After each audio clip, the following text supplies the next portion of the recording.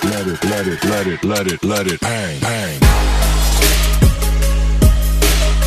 আসসালামু আলাইকুম ভিউয়ার্স, কেমন আছেন? আশা করি সবাই ভালো আছেন।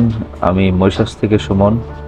তো বাংলাদেশের রাজনীতির যে অবস্থা, এই অবস্থা দেখে আসলে অনেকদিন যাবৎ ভিডিও বানাতে পারছি না, কারণ জানেন যে সবারই মন মানসিকতা কারো ভালো না।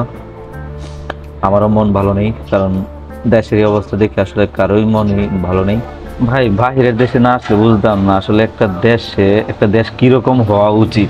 তো এই যে দেখেন যে দেশটায় আছি, আসলে কি বলবো, যে এমন একটা শান্তির দেশ। নির্বাচন তো এই দেশেও আছে, এটাও গণতান্ত্রিক দেশ, কিন্তু এই দেশে দেখেন রাস্তাঘাটে মিছিল পর্যন্ত করা যায় না, কিচ্ছু, কোনো জনসভা মিছিল। নির্বাচন কোন দিন হয়, শুধু নির্বাচনের দিন একদিন ছুটি, এটা তাও আমাদের ছুটি থাকে না, বাঙালিদের কোনো ছুটি থাকে না। নির্বাচনের দিনও মোটামুটি শুধু এই দেশের লোকজনকে ছুটি। আমরা কবে নির্বাচন হয় আমরা জানি না।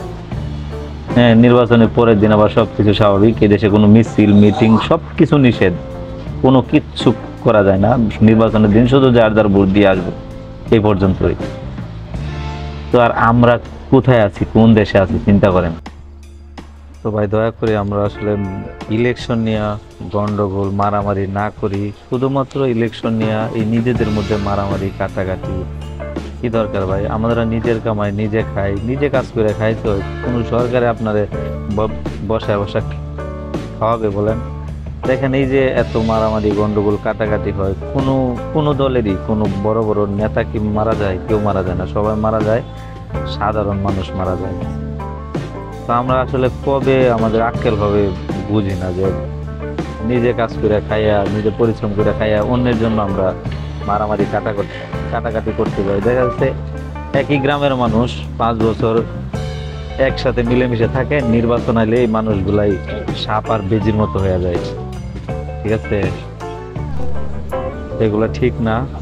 আমরা সবাই মিলে এই দেশটারে পরিবর্তন করতে হবে। এই ধরনের কালচার থেকে আমাদের বেরিয়ে আসতে হবে ভাই।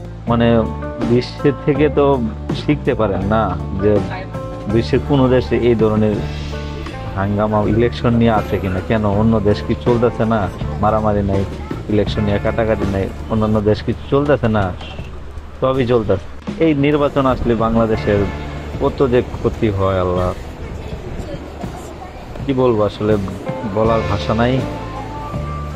আর মরিশাসের যারা আসতে চান, আসলে এই মুহূর্তে তো গ্যাঞ্জাম, বুঝতেই পারছেন যে এইসব গ্যাঞ্জামের ভিতরে তো মরিশাস লোক নেবেন। আর বাংলাদেশের বদনাম যেরকম হইতাছে, বাংলাদেশের মানুষ কিরকম মানে সহিংসতা করতে পারে, এগুলো দেখে তো অন্য দেশও মানে মুখ ফিরায় নিবে।